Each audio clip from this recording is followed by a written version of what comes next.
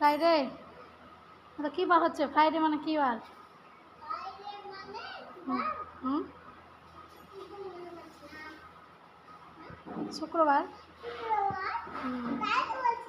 ও নামাজ পড়তে কার সঙ্গে যাচ্ছ?